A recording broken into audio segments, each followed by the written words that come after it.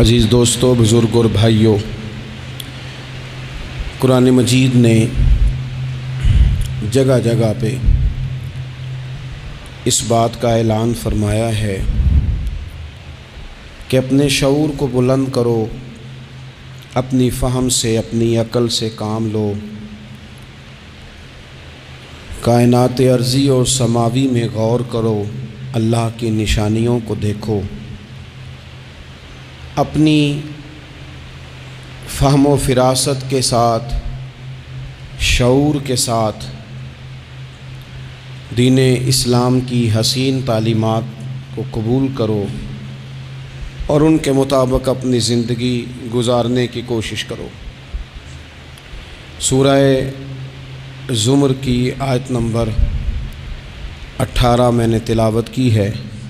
اللہ تعالیٰ نے فرمایا کہ الذین یستمعون القول، فرمایا وہ لوگ جو توجہ سے بات سنتے ہیں، کان لگا کے سنتے ہیں، فیتبعون احسنہ، اور پھر بہترین بات کی پیروی کرتے ہیں۔ پہلے تو سنتے غور کے ساتھ ہیں، پھر بہترین بات کی۔ اسلام کے اندر اجر و ثواب دو طرح کا ہے، ایک بہتر ہے، ایک بہترین ہے۔ آپ نے کسی سے قرض لینا ہو تو اس کو مہلت دینا بہتر ہے اور معاف کر دینا بہترین ہے۔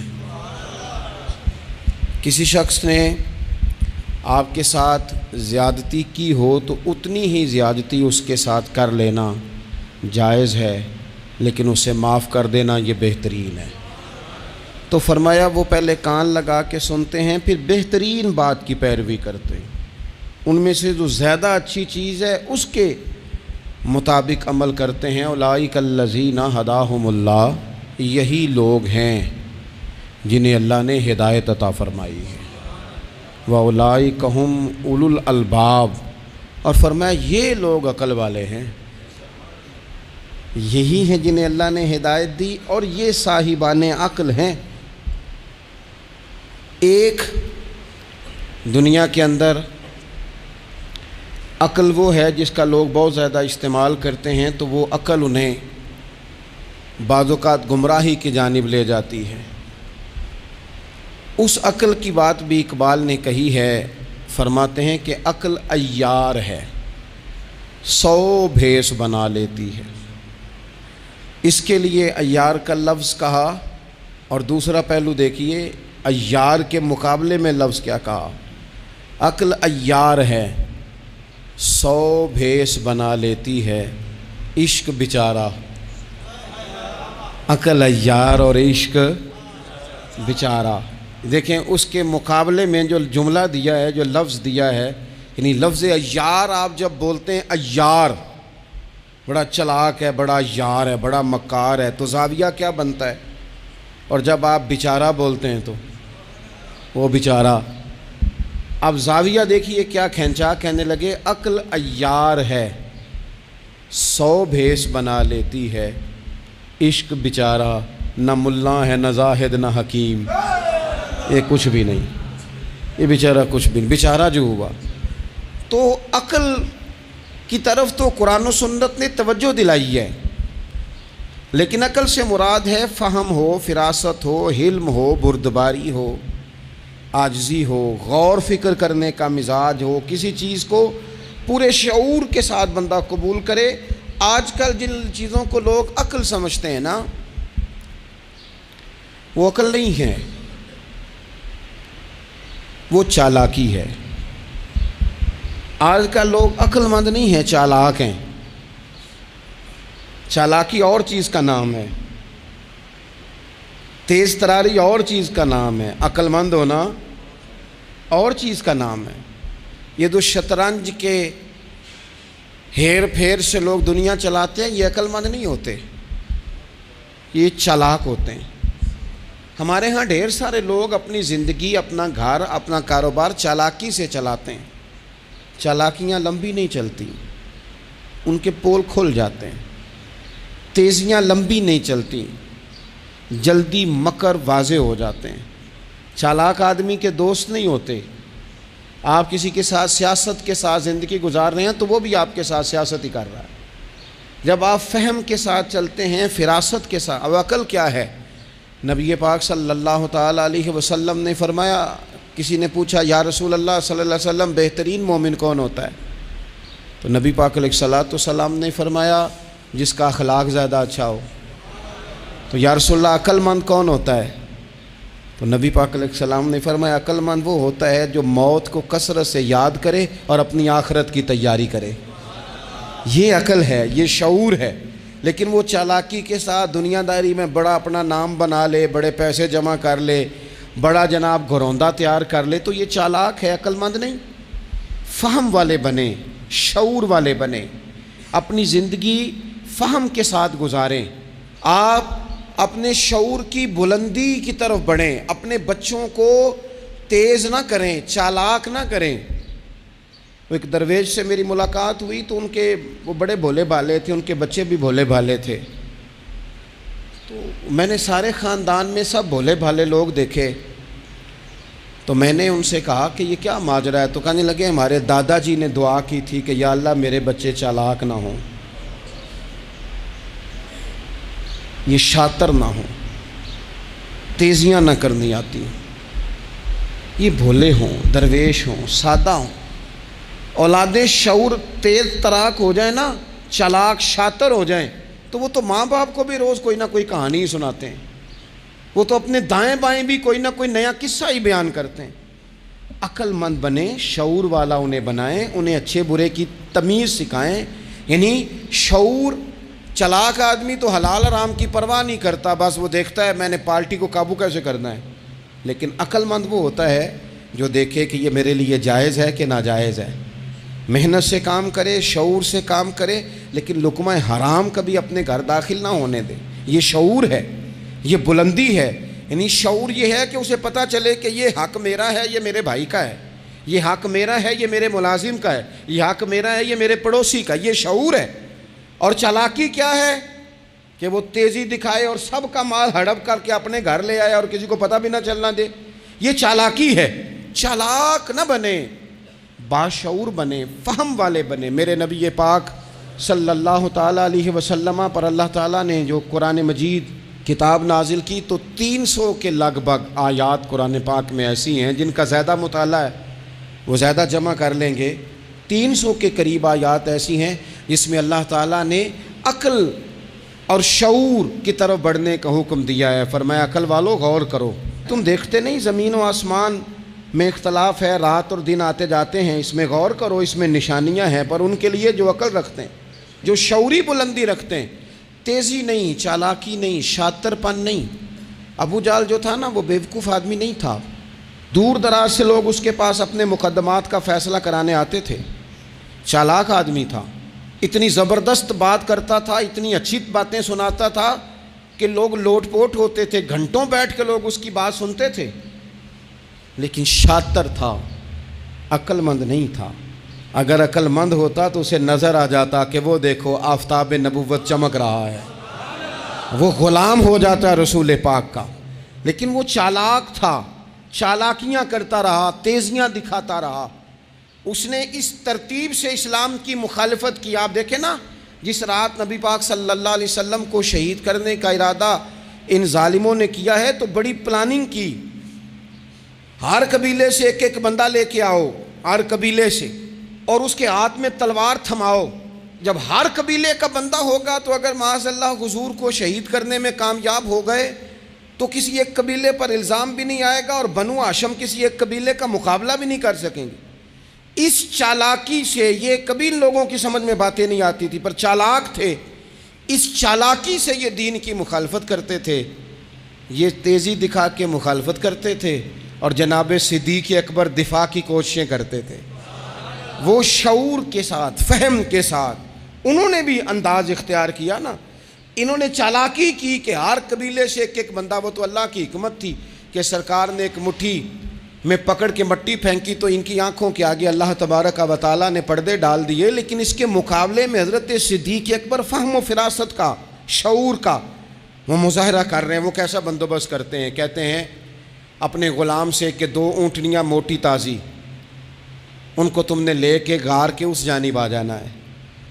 اپنے غلام سے کہتے ہیں کہ تم نے ان اونٹنیوں کو وہاں پہنچانا ہے۔ بیٹے سے کہتے ہیں سارا دن کام کاج کے سلسلے میں ادھر ادھر جانا اور کافروں کی باتیں سن کے پہنچانا کہ نیا منصوبہ کیا بنا رہے ہیں۔ اپنی بیٹی سے کہتے ہیں پتر کھانا پکا کے، کل کا باسی نہیں تازہ پکا کے، اور پھر اس کو تیار کر کے، اور بیٹا دن کے اجالے میں نہیں رات کے اندھیرے میں آنا۔ اب یہاں اقبال بولے، اقبال کہنے لگے جب عشق سکھاتا ہے آداب خود آگاہی، عشق بھی ایک عقل دیتا ہے، جب عشق سکھاتا ہے آداب خود آگاہی تو کھلتے ہیں غلاموں پر اسرار شہنشاہی، پھر وہ غلاموں کو بادشاہ بنا دیتا ہے۔ تو کہا رات کو وہاں کھانا پہنچانا یہ ان کا شعوری فیصلہ ہے، اور رستے میں حضرت صدیق اکبر بھی شعور کا مظاہرہ کرتے ہوئے حضور کو لے کے جا رہے ہیں۔ انہوں نے بھی پلاننگ کی، منصوبہ بندی کی، پر چالاکی سے حضرت صدیق اکبر بھی اپنا شعور استعمال کر رہے ہیں۔ رستے میں ایک شخص ملتا ہے جناب صدیق اکبر کو، یہ شعور ہے، یہ فہم ہے، یہ فراست ہے۔ ایک شخص رستے میں ملتا ہے۔ عرب کے اندر ایک رواج تھا کہ کبھی کبھی نا کوئی ہادی ساتھ لے لیا جاتا تھا۔ ہادی اس کو کہتے تھے جو رستہ دکھاتا تھا آگے آگے، وہ کوئی تھوڑا بہت نذرانہ لیتے تھے، رقم لیتے تھے، رستہ دکھاتے تھے۔ چونکہ رستہ بتانا بڑی دور دور تک آبادی نہیں ہوتی تھی تو پوچھیں گے کس سے اگر بھول گئے تو ایک شخص ساتھ رکھ لیا جاتا تھا۔ رستے میں ایک شخص ملا جو مدینہ شریف سے جا رہا تھا مکہ مکرمہ۔ حضرت صدیق اکبر کو وہ جانتا تھا، نبی پاک علیہ السلام کا بظاہر آشنا نہیں تھا۔ حضرت ابوبکر صدیق سے پوچھتا ہے یہ کون ہے؟ اب حضرت صدیق اکبر کا شعور دیکھو، وہاں شعور اسلام کی مخالفت میں چالاکی استعمال ہو رہی، یہاں شعور دفاعی اسلام میں استعمال ہو رہا ہے۔ یہ فہم ہے، یہ عقل ہے۔ حضرت صدیق اکبر رضی اللہ تعالیٰ عنہ فوراً سوچنے لگے، فرمانے لگے اگر حضور کا نام بتا دیا یہ تو جاتے ہی فوراً ان کو بتائے گا کہ میں نے نبی پاک کو جاتے دیکھا ہے۔ وہ کہنے لگے کون ہے؟ آپ سوچ میں پڑ گئے یہ کون ہے؟ تو حضرت صدیق اکبر نظریں جھکا کے، ہاتھ باندھ کے حضور کی طرف چہرہ موڑ کے کہنے لگے یہ میرے ہادی ہیں، یہ مجھے رستہ دکھاتے ہیں۔ اب وہ کچے مزاج کا تھا نا، وہ سمجھا مکے سے مدینے کا رستہ دکھاتے ہیں۔ حضرت صدیق اکبر بتا رہے تھے یہ مجھے جنت کا رستہ دکھاتے ہیں، رب کی معرفت کا رستہ دکھاتے ہیں۔ یہ بھی شعور ہے جب عشق سکھاتا ہے آداب خود آگاہی، پھر کھلتے ہیں غلاموں پر اسرار شہنشاہی۔ عطار ہو، رومی ہو، رازی ہو، غزالی ہو، کچھ ہاتھ نہیں آتا بے آہ سحرگاہی۔ عزیز بھائی، آپ اپنا شعور اگر صحیح جگہ استعمال کریں تو فہم بن جائے گا، فراست بن جائے گا، فائدہ مند ہو جائے گا، لیکن نہیں، چالاکی کی طرف لوگ بڑھنے لگے، پتے پھینکنے لگے، کہانیاں سنانے لگے۔ کون سا ایشو ہے جس کو آج اٹھایا جائے؟ کون سی بات ہے جس کا پراپوگنڈا کر کے اپنے آپ کو مشہور کیا جائے؟ کیا ہے جو سوسائٹی میں پھینکی جائے بات تو لوگ توجہ کریں گے ہماری سیاسی جماعت کی طرف؟ کیا اس طرح کا ماحول بنایا جائے، کس طرح کر کے پیچ و تاب کیا جائے، کس طرح کر کے لوگ توڑے جائیں، کس طرح بنائے جائیں؟ نہیں، اس طرح لوگ کمزور ہو جاتے ہیں، اس طرح شعور نہیں رہتا قوموں کے پاس۔ میرے نبی پاک صلی اللہ علیہ وسلم کے پاس عبد القیس کا وفد آیا تھا، تو جو عبد القیس ان کا سردار تھا، نبی پاک صلی اللہ تعالیٰ علیہ وسلم کی خدمت میں جب وہ حاضر ہوئے، لاؤبالی فیصلے نہ کریں، فیصلے زندگی میں سوچ کے کریں۔ آپ کسی بھی چیز کے سربراہ ہیں، آپ مسجد کے صدر ہیں یا قبیلے والے آپ سے فیصلہ کراتے ہیں، یا آپ کسی جماعت کو لیڈ کرتے ہیں، یا خاندان والے آپ کو بڑا سمجھتے ہیں، یا کوئی آدمی آپ کو دینی تعارف سے پہچانتا ہے، تو فہم کے ساتھ، دانائی کے ساتھ، حکمت کے ساتھ آپ اس کو لے کے چلیں۔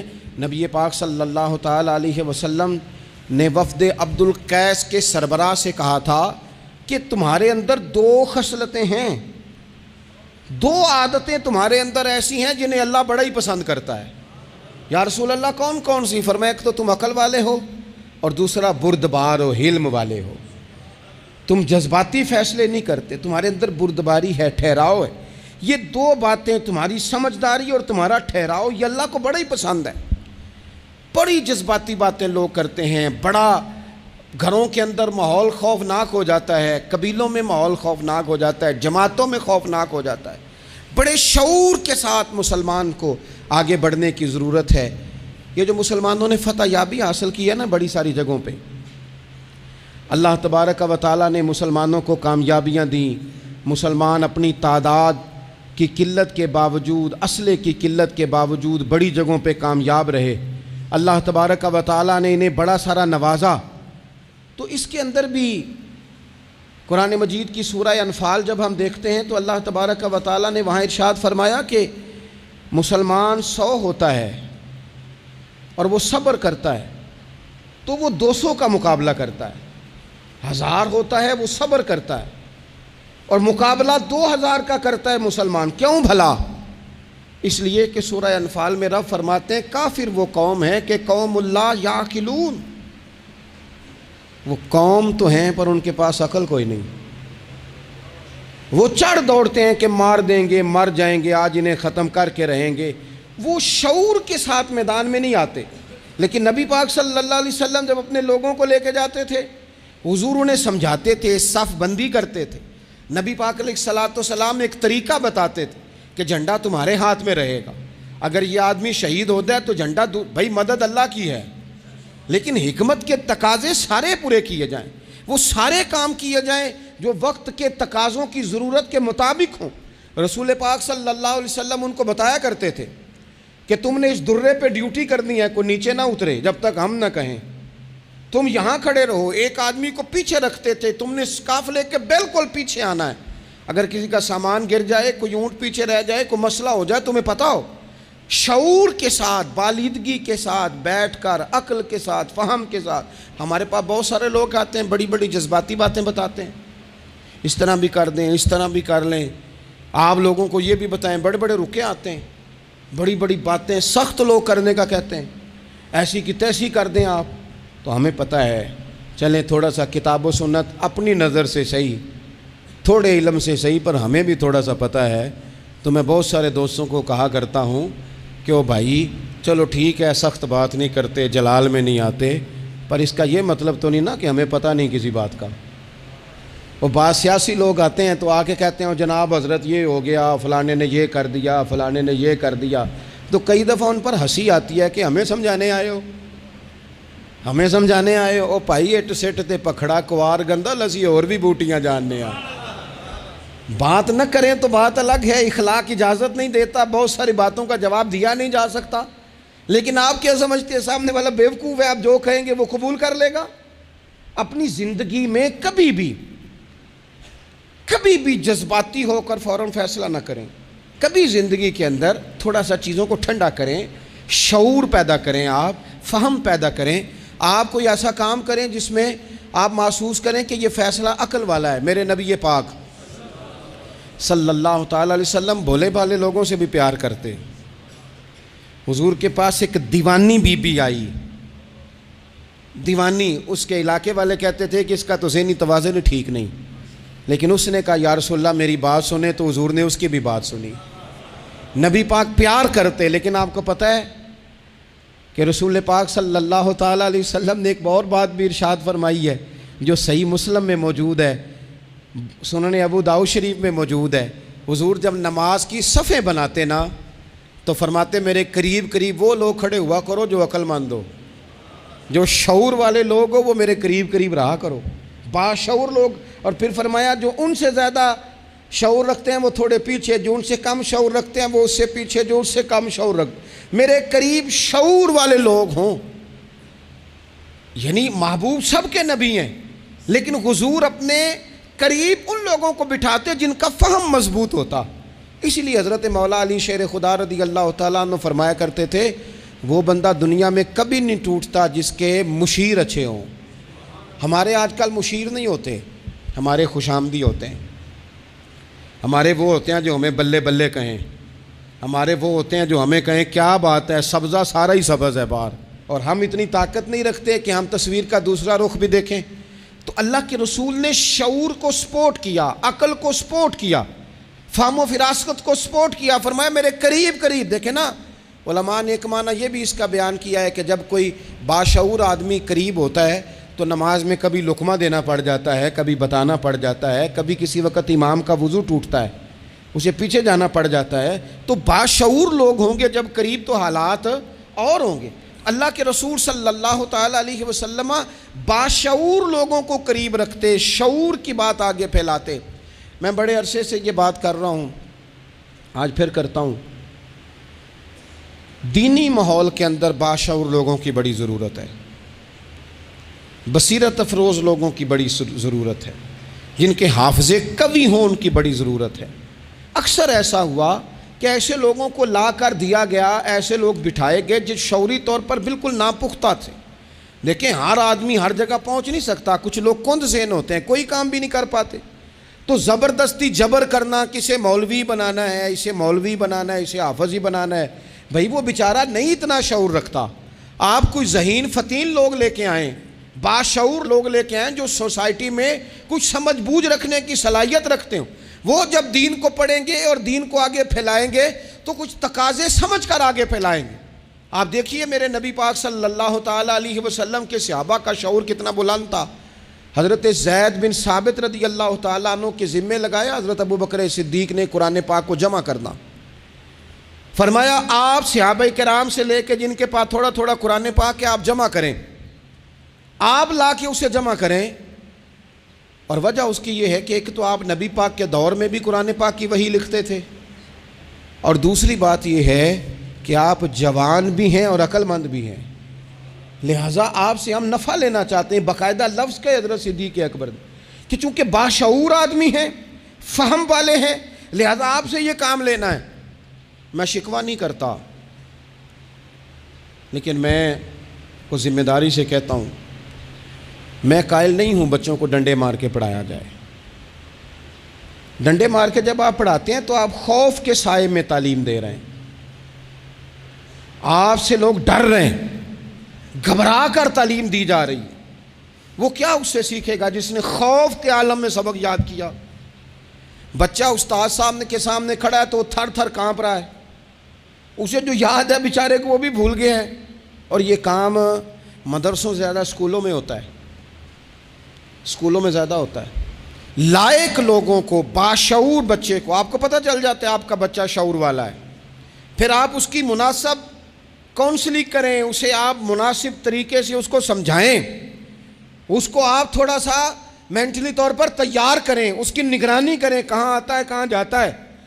پھر آپ جب کسی ادارے میں داخل کرائیں تو پھر باقاعدہ اس کی رپورٹ لیں، پتہ کریں. ہفتوں سالوں بیت جاتے ہیں، کوئی پوچھنے ہی نہیں آتا ہمارا بچہ کیا پڑھ رہا ہے، تو بچہ پھر من مانی کرے گا. نبی پاک صلی اللہ علیہ وسلم کی خدمت عالی مرتبت میں حضرت انس بن مالک رضی اللہ تعالیٰ عنہ کو ان کی جب والدہ لے کے آئیں نا تو انہوں نے آ کے نبی پاک علیہ السلام سے کہا تھا یا رسول اللہ صلی اللہ علیہ وسلم جی ہمارا بیٹا انس ہے، ہم اسے آپ کا خادم بنانے آئے ہیں. حضور اس میں دو خوبیاں ہیں، ایک تو جوان ہے اور دوسرا حضور بڑی سمجھ بوجھ رکھنے والا ہے، یہ باشعور ہے، آپ کی خدمت کرے گا. خدمت کے لیے بھی بچہ دیا، خدمت کے لیے. حضرت انس بن مالک حضور کی خدمت کرتے رہے، ڈیوٹی کرتے تھے. وہ نبی پاک کے گھر میں چھوٹے تھے، کام کاج کرتے تھے، حضور کسی کو بلانے بھیج دیتے، ازواج مطہرات کوئی کام کر دیتی.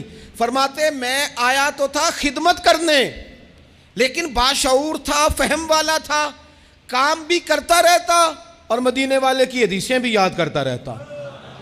سینکڑوں حدیثوں کا خزانہ حضرت انس بن مالک نے امت کو دیا ہے. وہ کام کرتے تھے لیکن باشعور تھے نا، تو اپنے شعور کی بلندی کی بنیاد پر کام کرتے کرتے انہوں نے دین سیکھ لیا اور سیکھ کر امت کو اتنا بڑا خزانہ دیا. لیکن اگر آپ جاہل آدمی لے آئیں، وہ جھڈ آدمی لے آئیں جس کا ذہن بالکل بند ہے، اس کو آپ لا کے بٹھا دیں تو سند کئی دفعہ مل ہی جاتی ہے. اعلیٰ حضرت بریلوی سے کسی نے کہا تھا عالم کے لیے سند ضروری ہے، فرمایا نہیں، عالم کے لیے علم ضروری ہے. فرمانے لگے سند یافتہ تو جاہل بھی کئی دیکھے. تو باشعور بنے اپنی زندگی میں، علم کے ساتھ، بردباری کے ساتھ، معاملہ فہمی کے ساتھ اپنی زندگی میں آگے بڑھیں. جذباتی فیصلے نہ کریں، جلدی سے ایموشنل نہ ہو جائیں. کوئی شخص آپ کو کسی جگہ آ کے فٹافٹ گڑبڑ کرنے کی کوشش کرے تو بڑی جلدی اس بندے کے بہکاوے میں نہ آئیں. کوئی کسی کے بارے میں خبر بریک کرے تو فٹافٹ اس خبر کا شکار نہ ہو. کوئی سیاسی آدمی آپ کو سبز باغ دکھانا شروع کرے تو تھوڑا سا شعور ہو آپ کے اندر، تھوڑا سا فہم ہو. آپ ذرا ان نعروں کو دیکھو تو صحیح، آپ کو کون سا نعرہ دیا جا رہا ہے. میں ہمیشہ یہ کہتا ہوں دوستوں سے کہ آپ ہمیشہ سے انہی نعروں پر آپ ووٹ دیتے جا رہے ہیں، انہی چیزوں پر آپ ووٹ دیتے جا رہے ہیں، انہی باتوں پر. زمانہ کہاں چلا گیا، دور college, university, science, technology, computer, دنیا کہاں نکل گئی، اور آج بھی آپ کو کہا جاتا ہے کہ مجھے ووٹ دو میں سڑک پکی کرا دوں گا. آپ کم از کم اتنا تو کہیں کہ یار ہم اس گلی کے اندر 20 گھر رہتے ہیں تو ہم تھوڑے تھوڑے پیسے ڈال کے گلی خود پکی کرا دیں گے. آپ ہمیں قانون کی بالادستی جو ہے وہ معاشرے کے اندر پکی کر کے دیں. آپ ہمیں یہ بتائیں کہ یونیورسٹیاں کتنی بنائیں، آپ ہمیں یہ بتائیں کہ ہسپتالوں میں نظام کس طرح کا ہے، صحت اور تعلیم میں معیار ہمارا کیا ہے. ابھی تک وہی معاملہ، یعنی میں نے یہاں تک دیکھا ہے، آپ نے ناراض نہیں ہونا، یہاں تک دیکھا ہے کہ میں قبرستان کے لیے جگہ لے دیتا ہوں، مجھے ووٹ دے دو. چھوڑ دو یار یہ کام. اگر ہمیں جینے کے لیے جگہ ملے گی تو مر جانے کے بعد کے لیے بھی ملے گی. اس سے تھوڑا باہر اٹھ کے سوچو کیا کن چکروں میں ہم پڑ گئے. اپنی زندگی بالیدگی والی، پختگی والی بنائیں. آپ جب شعوری طور پر پختہ ہو جائیں گے پھر اللہ تعالیٰ آپ سے بہتر فیصلے کرائے گا، پھر آپ آگے بڑھیں گے. آپ اور میں، ہماری آنے والی نسل تیز تو ہو رہی ہے، باشعور نہیں ہو رہی. ان کے اندر پیسے کمانے کی مشین بننے کا جذبہ تو ہے لیکن تعمیر شخصیت کا کوئی کمال نہیں. لوگ غرض مند تو بہت زیادہ ہیں، درد مند نہیں. لوگوں کی طبیعتوں کے اندر اپنا گھر پکا کرنے کا تو شعور ہے لیکن ذہن پکا کرنے کا شعور نہیں. اس کا نقصان یہ ہو رہا ہے کہ بڑی بڑی کوٹھیوں سے نفسیاتی مریض نکل رہے ہیں. بڑے بڑے مالدار لوگ ایسے ہیں کہ جن کے پاس چونکہ سارا دن جھوٹ بول کے گزارا ہے، سارا دن شو کرنے کا شوق ہے، سارا کچھ دکھانے کا شوق ہے، ان کے پاس سارا کچھ تو موجود ہے لیکن قرار کی نیند نہیں، مسلح کا ذوق نہیں. میں اکثر کہتا ہوں کم سونا ہی بیماری نہیں، زیادہ سونا بھی بیماری ہے. کم کھانا ہی تکلیف کا باعث نہیں، زیادہ کھانا بھی بڑی آزمائش کا باعث. اور میرے بھائی، اقبال جیسے لوگ رو پڑے، کہنے لگے بیوقوف ہونا ہی مسئلہ نہیں، زیادہ چالاک ہونا بھی بڑا ہی مسئلہ ہے. رو کے کہنے لگے عقل کی گتھیاں سلجھا چکا ہوں، خرد کی گتھیاں سلجھا چکا ہوں. یا رب مجھے صاحب جنوں کر دے، یا اللہ مجھے کوئی ذوق بھی دے دے، کوئی میرے اندر درد بھی پیدا کر دے، کوئی مجھے محبت بھی دے دے. عقل ہی عقل رہ گئی. میرے بھائی، باشعور، حلیمی، بردباری، ٹھہراؤ، مزاجوں کے اندر قرار. جلدی ہے ہمارے بچوں کو، جلدی ہے انہیں آگے بڑھنے کی. یہ چور دروازے ڈھونڈتے ہیں، یہ ابھی پوری طرح بولنا نہیں آتا تو یہ اپنے پیج بنانا چاہتے ہیں، یہ اپنے چینل قائم کرنا چاہتے ہیں. ہر بندہ ہے جو کہتا ہے میری سن کے جیو، میری مرضی کے مطابق اپنے معاملات کو ترتیب دو، میں جس طرح کہتا ہوں وہ بات زیادہ اہم ہے. تھوڑا سا غور کریں، تھوڑا سا زندگی کے اندر اپنی فہم سے کام لیں، تھوڑی فراست آگے کی طرف لے کے جائیں. میرے رسول پاک علیہ السلام نے فرمایا جس سے اللہ بھلائی کا ارادہ کرتا ہے اسے دین کی سمجھ عطا فرما دیتا ہے، اسے سمجھ عطا کرتا ہے اللہ تعالیٰ دین کی. حضرت سیدنا احمد بن ابی عاصم انطاکی رحمۃ اللہ علیہ فرماتے ہیں کہ اگر تو دیکھنا چاہے نا کہ تو عقل مند ہے کہ نہیں، تو فرماتے ہیں پھر بھی میں تمہیں ایک نسخہ دیتا ہوں. وہ کیا؟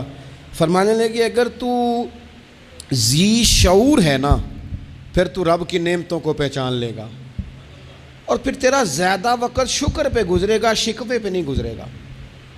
یہ زیادہ لوگ بے چین کیوں ہیں؟ میں رات دوستوں کو کہہ رہا تھا زیادہ لوگ اس لیے بے چین ہیں کہ زندگی شکووں سے بھری ہوئی ہے، خواہشات سے بھری ہوئی ہے، کچھ نہ کچھ روز نیا چاہیے، اس نے بے چین کر دیا ہے. اور اگر زندگی شکر والی ہو نا، شکر والا بندہ اپنے آپ کو خوش نصیب سمجھنے لگ جاتا ہے. وہ کہتا ہے یہ نعمت بھی ہے اللہ کا شکر ہے، یہ نعمت بھی ہے اللہ کا شکر ہے، یہ نعمت بھی ہے اللہ کا شکر ہے. تو شکر والا بندہ اپنے آپ کو خوش نصیب سمجھنے لگتا ہے، اس کے دل میں راحت پیدا ہونے لگ جاتی ہے، اسے تسلی ہونے لگ جاتی ہے، وہ قرار میں آنے لگ جاتا ہے. اور جو خواہشات، بکھری ہوئی خواہشات، بکھرے ہوئے جذبات، یہ بھی چاہیے، وہ رہ گیا، یہ نہیں ملا، وہ نہیں ملا، ہمیں ہر چیز من پسند چاہیے، بندہ پریشان ہو جاتا ہے. اللہ تبارک و تعالی مجھے اور آپ کو عمل کی توفیق عطا فرمائے.